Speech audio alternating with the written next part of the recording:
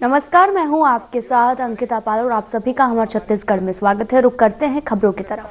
भिलाई के खुर्सीपार क्षेत्र में एक भीषण सड़क दुर्घटना में 29 साल की साक्षी द्विवेदी की मौके पर मौत हुई है, जबकि उनके पिता गंभीर रूप से घायल हो गए हैं। साक्षी, जो राजनांद गांव की एवीएस कंपनी में काम करती थी, अपने पिता के साथ में स्कूटी से घर लौट रही थी। तभी रास्ते में एक अज्ञात भारी वाहन ने उनकी स्कूटी को जोरदार टक्कर मारी। घायल पिता को अस्पताल में भर्ती कराया गया, जबकि पुलिस फरार वाहन चालक की तलाश कर रही है। स्थानीय लोगों का कहना है कि आईटीआई क्षेत्र में भारी वाहनों की आवाजाही के कारण यहां अक्सर हादसे होते रहते हैं।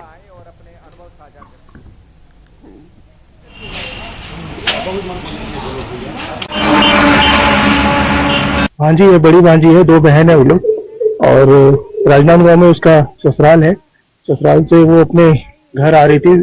शनिवार को 2 दिन का छुट्टी होता है, तो उसके पापा पावर हाउस स्टेशन गए थे उनको रिसीव करने के लिए, और रास्ते में बाइक से हुआ एक्सीडेंट हुआ।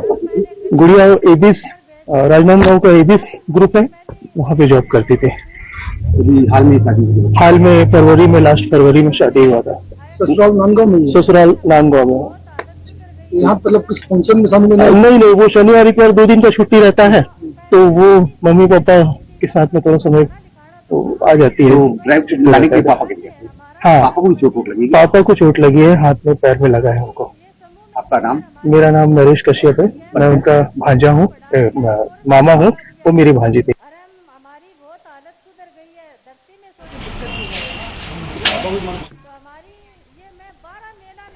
राजनांदगांव में सपने का घर बनाने का सपना संजो रहे लोग धोखाधड़ी का शिकार हो गए हैं।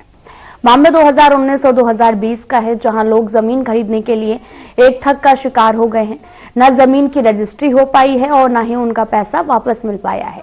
एसपी कार्यालय पहुंचे पीड़ितों ने बताया कि सहदेव नगर निवासी सईद खान नाम के युवक ने शहर की अलग अलग जगह जमीन को अपना बताकर कई लोगों से स्टाम्प में बकायदा जमीन की खरीद बिक्री करने का पक्का सौदा किया, लेकिन आज तक ना तो उनकी जमीन की रजिस्ट्री हो पाई और ना ही उनका पैसा मिल पाया है।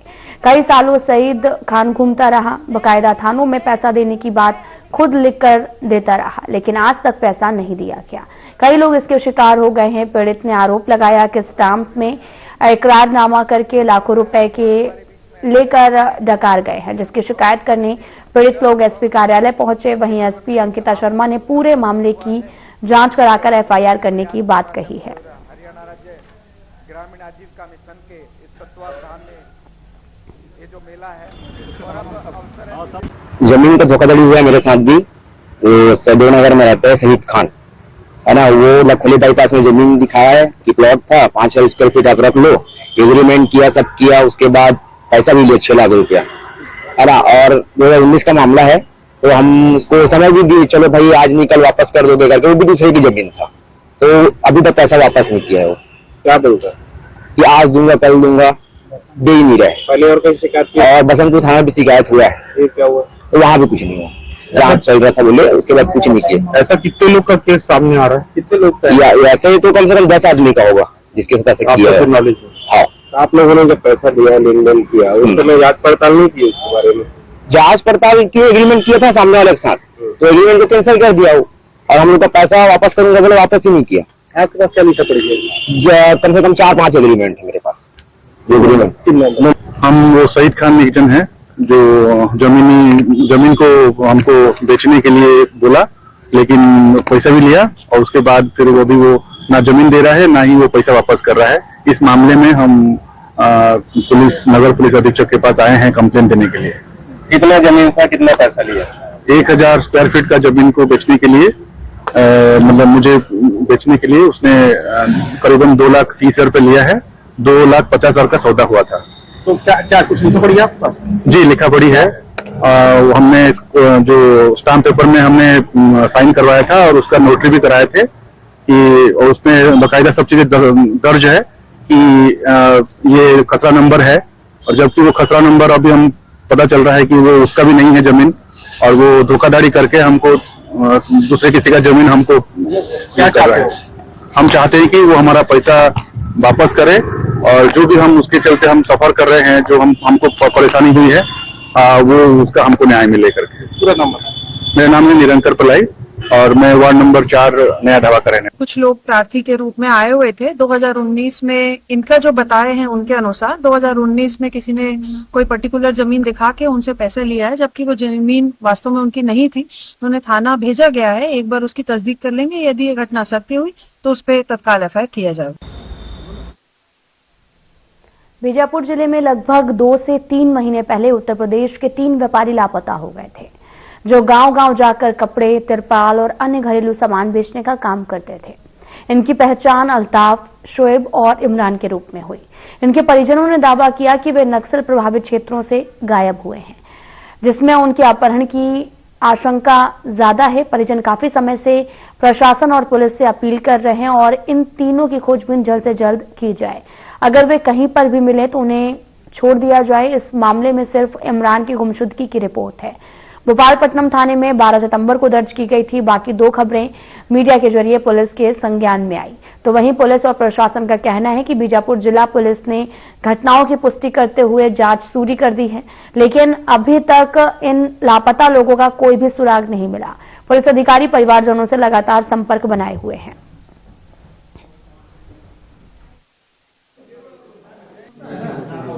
बीजापुर जिला में करीबन 2 से 3 महीने के बीच में मुसाफिर बीजापुर जिले में अपने व्यापार करने आए थे। 3 महीनों से गायब है, जिसको लेकर उनके परिजन काफी परेशान है। 3 महीनों से ढूंढ रहे हैं, हालांकि परिजन अब तक ढूंढ नहीं पाए। किस प्रकार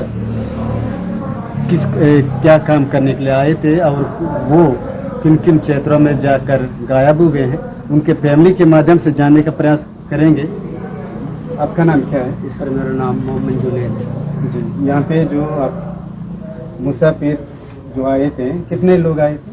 सर आए थे तो इधर में 3-4 लोग आए थे सर जी। 4 में से कैसा कैसे हो कि मतलब गुम हो गए? सर हम 2 लोग तो घर चले गए थे और 2 लोग वो अकेले रहते थे इधर में। वो दोनों इधर कुछ बागा साइड में कंबल और तिरपाल बेचने के लिए गए हुए थे, तो वो वैसे ही गायब हो गए। ये कब की बात? कितना महीना हुआ? ये सर अब से 2 महीना 10 दिन हो गया है, तब से वो लोग गायब। क्या नाम है? एक का नाम शोएब है और एक का नाम अल्ताफ। ये 2 बीजापुर में कौन सा पास रहते? बीजापुर में सर हम चट्टान पर और एक भोपालपट्टनम कौन सा मोबाइल?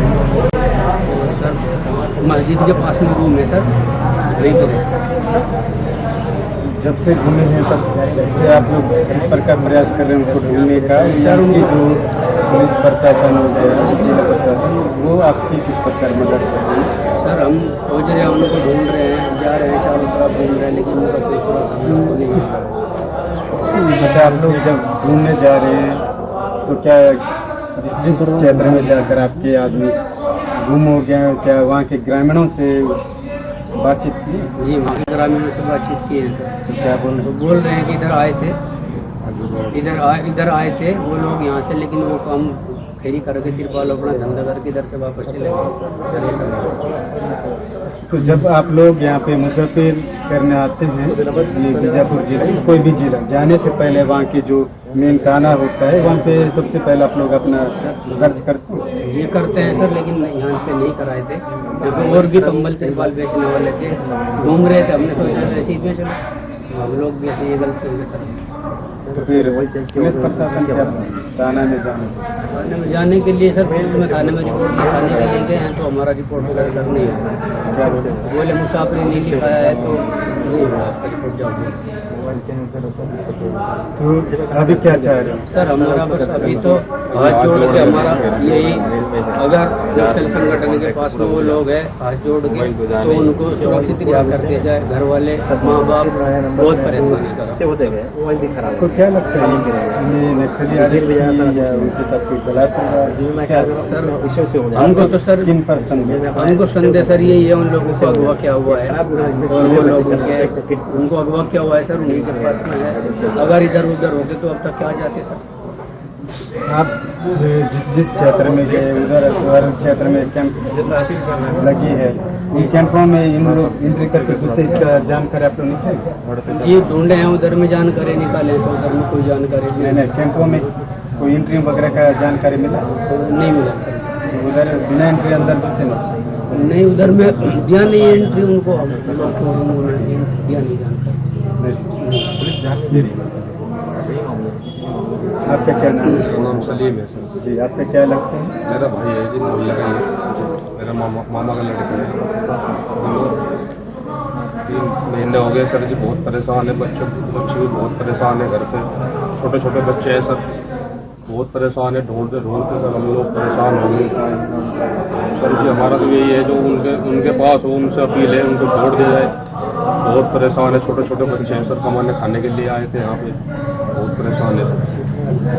ये आप सुन रहे थे जो मुसाफिर बीजापुर में गायब हो चुके हैं, उनके जो फैमिली है, उनके भाई हैं, वो उन्हें करीब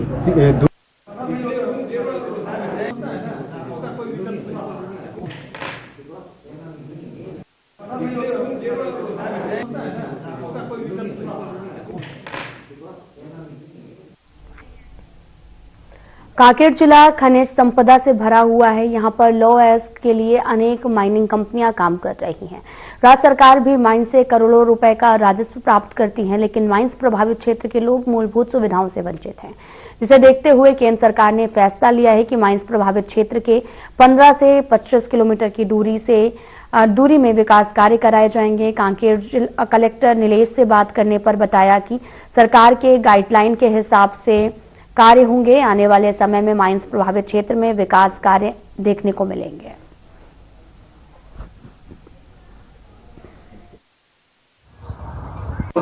पे लगातार कुछ विषय तो आते रहते, क्योंकि एक्सप्लोटेटिव इंडस्ट्री है, बहुत बड़ा जो माइनिंग के काम रहते हैं उसमें प्रदूषण की भी संभावना होती है, तो ग्रामीणों की बहुत सारी उसमें कुछ मांग और कुछ शिकायतें भी रहती है, बहुत स्वाभाविक सी बात है। इस तरह के माइनिंग वर्क में वो रहती है, किंतु शासन द्वारा नया नियम भी बनाया गया। 25 किलोमीटर और 15 किलोमीटर के दायरे में अभी डीएमएफ का कार्य होगा। इसके साथ साथ माइन क्षेत्र में भी जो अधोसंरचना है, रोड, ब्रिज या कुछ पानी की व्यवस्था, वो भी लगातार जिला प्रशासन द्वारा किया जा रहा है। कल भी हमारा जिला प्रशासन का चारगांव में माइंस को लेकर ग्रामीणों से एक मीटिंग भी रखी गई है, ताकि इस तरह से लगातार प्रयास रहते हैं।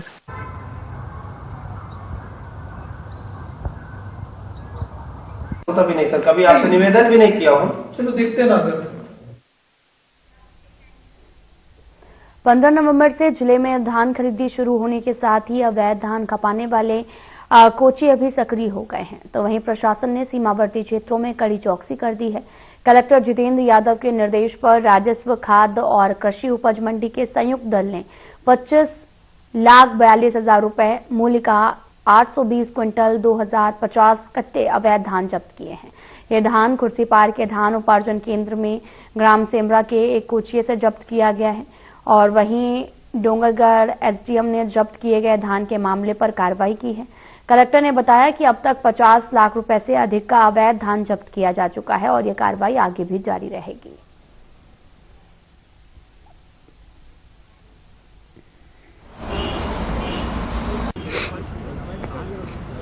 ये देखिए, मैं आपको बताना चाहूंगा कि कल दिनांक तक हमारे जिले में 50 लाख से ज्यादा का अवैध धान जब्त किया जा चुका है, और अकेले कल में एक दिन में लगभग 800 क्विंटल से ज्यादा का धान जब्त किया गया है। और इसमें हमने सभी जो एसडीएम्स हैं, तहसीलदार हैं, हमारे खाद्य और फूड मंडी के जो अधिकारी हैं, उनको सख्त निर्देश दिए हैं कि सभी क्षेत्रों में कार्रवाई लगातार की जाए। लगभग 1500 से ज्यादा जो छुटकर व्यापारी हैं या फिर कुछ इस तरह के लोग जो जिनके यहाँ पूर्व में भी कोचिया का काम किया गया है, उनकी सूची हमने तहसीलदार, एसडीएम और सभी अधिकारियों को दी गई है कि उनकी सत्यापन करवाएं, और सत्यापन करने के बाद अगर गलत चीजें मिलती हैं, अवैध धान मिलता है, तो उस पर कार्रवाइयां की जाएं। अगर कोई व्यक्ति रिपीटेड ऑफेंड करेगा तो उस पर हम लोग लीगल कार्रवाई भी आगे करेंगे, उस पर आगे एफआईआर की कार्रवाई भी की जाएगी। इन पिछले कुछ 4-5 दिनों में हमने लगभग 2 ट्रक भी जब्त किए हैं। उनको भी धान खरीदी सीजन के बाद ही छोड़ने का निर्देश दिया गया है। हमारे जिले में 3 जो हमारे सब डिविजन हैं, तीनों सब डिविजन में हमारे जो अधिकारी हैं, जो नोडल अधिकारी हैं, उनकी शाम को मीटिंग ली जाती है और उनसे पूछा जाता है कि क्या कार्रवाई की और आने वाले दिन में क्या प्लानिंग है। तो इसको लेके लगातार हम लोग प्लानिंग कर रहे हैं और एग्जीक्यूशन कर रहे हैं और आने वाले समय में इसको रक्षा करने की कोशिश करेंगे।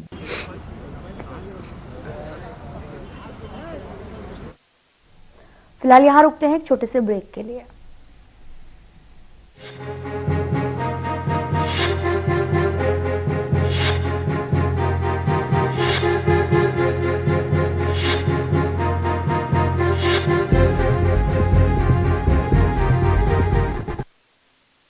राम राम काका। राम राम राम राम काका। अब भारी चिंता में दिखा बस और मोर घर बिहाव मार गएगा और धान खरीदी की तारीख घलो आगे है। वहाँ मुश्किल के का बात है जी। समिति में जाके टोकन लाल पर ही वहाँ खड़क तो जाना था, दिन भर घाम में खड़े रहा और पता नहीं नंबर कब आई और कहूँ नंबर है मोर घर के बिहाव दिन आगे था। धान में चल जाऊँ कि बिहाव करूँ का काका तहूँ है। यहाँ डिजिटल के जमाने में लाइन लगू की था जी। ते समिति में पंजीयन करवाए नहीं करे हो तब फिर बस मोबाइल में तुम्हारे टोकन ऐप डाउनलोड कर ले और ते अपन हिसाब से मैं तारीख ले ले। तारीख लेके बाद सरकारी रेट के हिसाब से बेच देते हैं जी। और भुगतान कब हुई? 48 घंटा में साथ आए। अच्छा मोबाइल रखे नहीं? हाँ रखे हो तो चल मैं बताता हूँ। देखा तो मोबाइल ला पहली प्ले स्टोर में जाके तुम्हें टोकन ऐप डाउनलोड कर ले। ओकर बाद में किसान कोड डाल के रजिस्टर कर ले। काकर नाम में खेत है रामलाल। रामलाल कौन जिले का? धमतरी। धमतरी। टोकन के का तारीख लेने हैं? शुक्रवार के कर देगा। 29 तारीख के?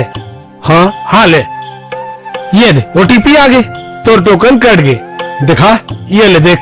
अब काका करा मोबाइल है तो खैर कम हो गए। अब मोर में और गांव के दूसर सियान मन में मोबाइल नहीं होते फिर उमन कैसे कहीं समिति कम बन गए हो गए फिर। अरे नहीं रे भाई किसान ऐसे कैसे गए हो जी। समिति में घलो टोकन बनी लेकिन सिर्फ 30% और वो बिहनिया शुरू हो जाई 9:30 बजे ले और ऑनलाइन वाले मन के शुरू हो जाई बिहनिया 8 बजे ले। और जिन किसान मन मोबाइल नहीं चलावे वो मन भी समिति में जाके टोकन कटा सकते है। ये तो बढ़िया बात है। 30% मतलब ज्यादा लंबा लाइन भी नहीं लगी और काम भी हो जाये। परे करे निर्भय आज तक वो सब चिंता मिटा देते रे भाई। अरे मैं नहीं मिटाया काका एला तो हमारे मुख्यमंत्री विष्णुदेव साय जी करेगा। ये बात करेगा। अब हमारे मुख्यमंत्री विष्णुदेव साय धान खरीदी ला कर दी और आसान। अब पंजीकृत किसान मोबाइल में तुहर टोकन ऐप ला डाउनलोड कराएं और उमा फार्म भर के और पूरा जानकारी देके बिहनिया 8 बजे ले अपन टोकन निकाल सकत है। और हाँ 70% टोकन अब किसान अपन घर बैठे बना सकत है। तुहर टोकन ऐप के माध्यम ले अब आप अपन पसंदीदा तारीख चुन सकत हो। न लाइन और न घेरी बेरी चक्कर काटे के झंझट और पैसा भी 48 घंटा में आपके खाता में आ जाए। छत्तीसगढ़ सरकार हमने बनाया हम ही संवारेंगे।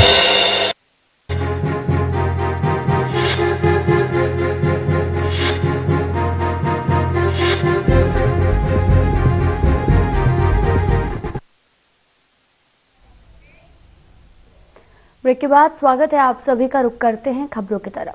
दुर्ग में रविशंकर स्टेडियम के पास में निर्मित बहुप्रतीक्षित इंडोर बैडमिंटन कोर्ट का उद्घाटन राज्य के स्कूल शिक्षा मंत्री गजेंद्र यादव ने किया। 144,78,000 रुपए की प्रशासकीय स्वीकृति राशि से बने इस आधुनिक खेल परिसर का उद्घाटन दुर्ग नगर निगम की महापौर अलका बाशमार की अध्यक्षता में हुआ और इस अवसर पर कलेक्टर अभिजीत सिंह, वरिष्ठ पुलिस अधीक्षक विजय अग्रवाल और साथ ही नगर निगम अध्यक्ष श्याम शर्मा और साथ ही बबीता यादव मौजूद रहे।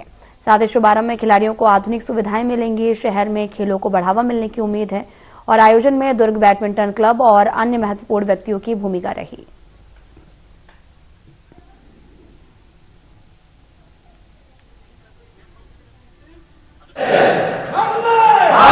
हम सभी बैडमिंटन खिलाड़ी गजेंद्र भैया का बहुत बहुत आभार व्यक्त करते हैं कि हम इतना बेहतरीन दुर्ग शहर में एक इंडोर बैडमिंटन कोर्ट का सौगात दिए और हम चाहते हैं कि यहाँ से बहुत युवा खिलाड़ी उभरे, यहाँ से निकले जो अंतर्राष्ट्रीय स्तर पर जाएं।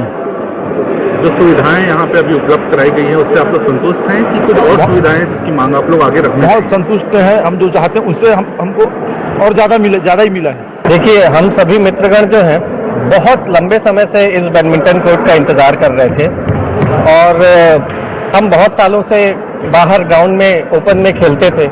साथ में गजेंद्र भैया भी हमारे साथ बहुत वर्षों से बैडमिंटन खेलते आए हैं और उनका एक वादा था कि किसी दिन हम इस लायक बने कि इंडोर कोर्ट बना पाए।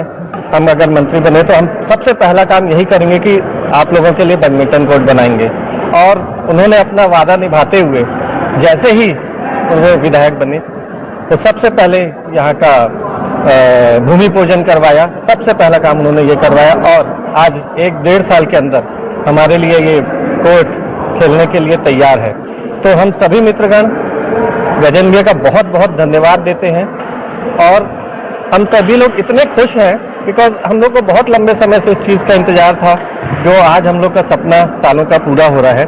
इसके लिए हम सभी मित्रगण गजेंद्र भैया का बहुत बहुत तहे दिल से उनका धन्यवाद देते हैं, स्वागत करते हैं। परिचय मैं देवेश पुरोहित, दुर्ग बैडमिंटन क्लब का सदस्य। विधायक बनने के बाद लोगों को मांग के अनुरूप हमने 1.5 करोड़ की लागत से बैडमिंटन कोर्ट बनाया है और आप देख रहे हैं सर्व सुविधाएं 3 कोर्ट है, इसमें अटैच लेट बात है, एक ऑफिस रहेगा, ऊपर में एक कैंटीन भी रहेगा जब मैच चलेंगे तो, और बच्चों के स्वल्पाहार की कैंटीन की व्यवस्था भी रहेगी। ये जो अत्याधुनिक बैडमिंटन कोर्ट है जो नेशनल लेवल के जो प्लेयर होते हैं, प्लेइंग मैच होते हैं, उस मैच के अनुरूप इसकी गाइडलाइन के अनुसार हम इस कोर्ट को बनाए हैं। वॉलीबॉल कोर्ट बनाने की भी आपने बात कही मंच से, अभी वो कब तक देखने को मिलेगा? अभी इसके तुरंत बाद एक हमारा स्विमिंग कोर्ट काम कर रहा है, 80% काम कंप्लीट हो गया है।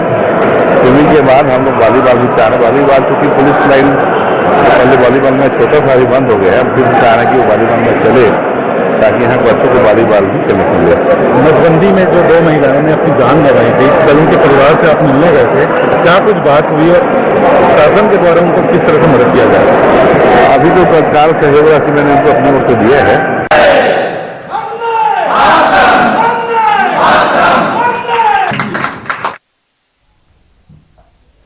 जगदलपुर में सहकारी समितियों के कर्मचारियों ने हड़ताल खत्म कर दी है, जिसके बाद अब सभी धान खरीदी केंद्रों में धान खरीदी की जा रही है। किसान अपने अपने साधनों से धान खरीदी केंद्रों में धान लेकर पहुंच रहे। साथ ही बकावंड ब्लॉक के जनपद पंचायत मुख्य कार्यपालन पारेश्वर कुर्रे ने मीडिया से बात करते हुए बताया कि खरीदी केंद्रों में सारी सुविधाएं उपलब्ध कराई गई। किसानों को अपनी धान बिक्री में कोई परेशानी नहीं आएगी।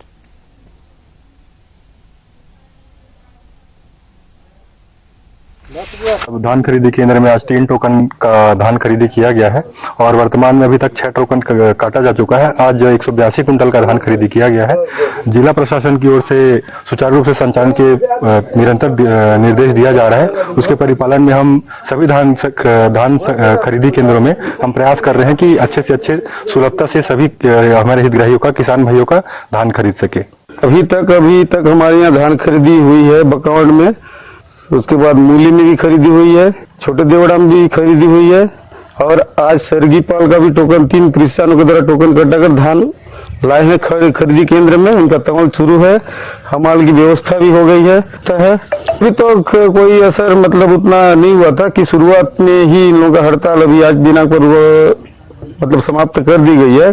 सभी समिति कर्मचारी वापस आ गए हैं तो इससे ज्यादा व्यवधान नहीं हुआ। थोड़ा मोड़ा शुरुआत में व्यवस्था करने में हमें थोड़ा सा परेशानी जरूर हुई, लेकिन आज पूर्ण व्यवस्था की गई है। किसी प्रकार किसानों को कोई परेशानी नहीं होगा। आपका टोकन कब कटाया था? टोकन में 19 तारीख को कटाया रहा, मतलब 21 तारीख का तोल निकाला हो रहा है। अभी तक जो व्यवस्था जो इस खरीदी केंद्र में किया गया किसानों के लिए, उसमें से आप कितना संतुष्ट हैं? सब ठीक है, सब सारी चीजें उपलब्ध, सारी चीज उपलब्ध है, यहाँ कोई दिक्कत नहीं है। करीब कितना टोकन आप करते हैं? मेरा एक है मेरे नाम से और एक तुलसा सेठी के नाम से और एक प्रेम सिंह सेठी के नाम, 3 टोकन कटा है। किसानों को मिल रहा है।